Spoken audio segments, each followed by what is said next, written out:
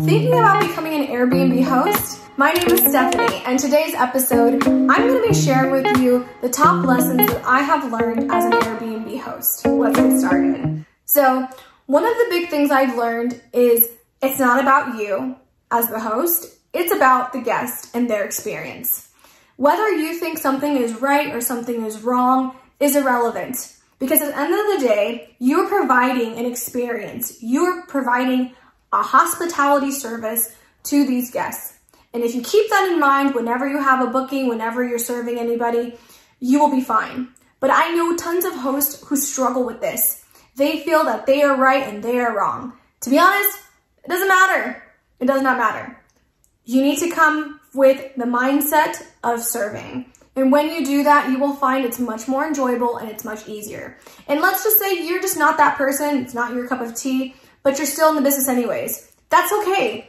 Hire somebody to be the customer service representative in your business, where their job is to handle guest communications, and so that you don't have to. And to be honest, they'll probably do the job better than you anyways. Second thing that I've learned is that things will break. Get ready for that.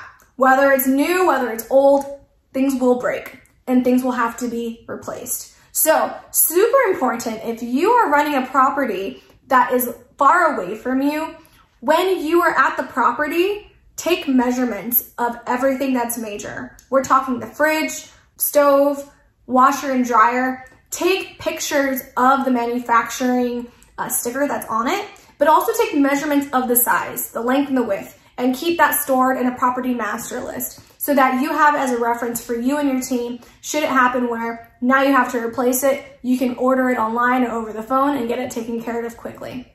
Another thing that I have learned is that you don't have to be close to your property. I, here in California, run properties that are in Texas, Tennessee, and Florida. I'm obviously not physically close by, and you don't have to be. And you can start in your own backyard, but here's the thing.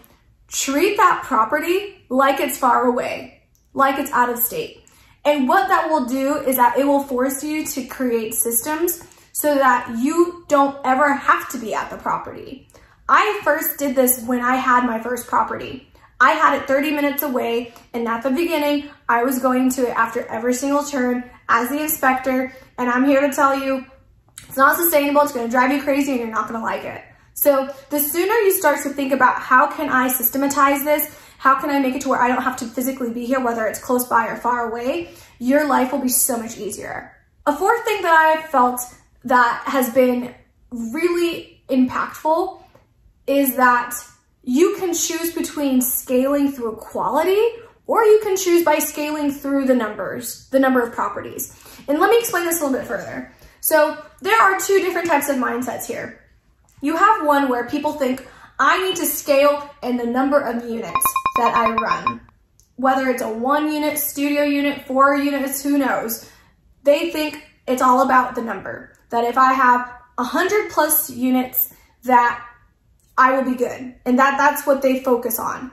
There's the other part, this is the other type of investor, who focuses on quality, meaning they don't need 100 units. They don't want 100 units. They just want a handful of really, really well-performing, good quality units.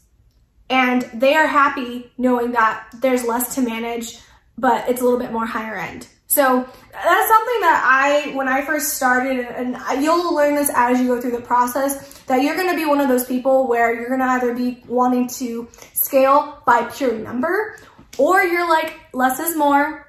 I would rather invest more into the properties and maximize those to the top end than worrying about having multiple units. So there's different arguments there. You'll decide on which one works for you. So that's the fourth thing. Fifth thing that I have learned, top lessons about being an Airbnb host, is that you have to be transparent in your listing. And what I mean by this is we're talking not just what's in the house, but the neighborhood, the type of market, the animals, the bugs. You need to give it all on the listing, because the last thing a guest wants is to be blindsided.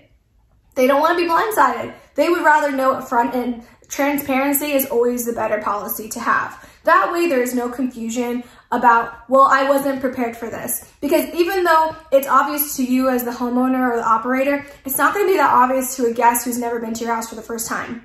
So if your house is on a steep slope, or if there's bears in the area, or if it's just a ton of bugs, or if the house sways. This is a true story. I have this at one of my properties. The house sways because it's on stilts, and guests freak out about it. I know this because I'm the homeowner, and it's just something I know, but if I didn't put it on my listing, like, hey, by the way, the house does sway, it's okay, it's normal, you know, they wouldn't be so surprised by it. I actually got a 4-star review because my house was swaying.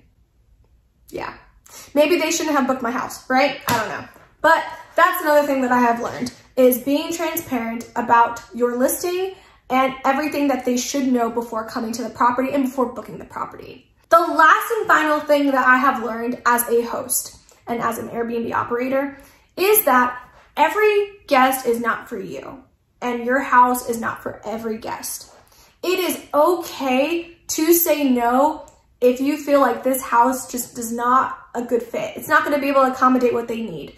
It's better to do that and say no than to take, I think it'll be okay, it won't be a big deal. No, don't do that, because you're gonna have a headache with this guest. And it's not gonna be fair because, maybe you shouldn't have said yes if it doesn't fit the needs of the house, and if your house doesn't fit the needs of the guest. So don't feel pressured to say yes.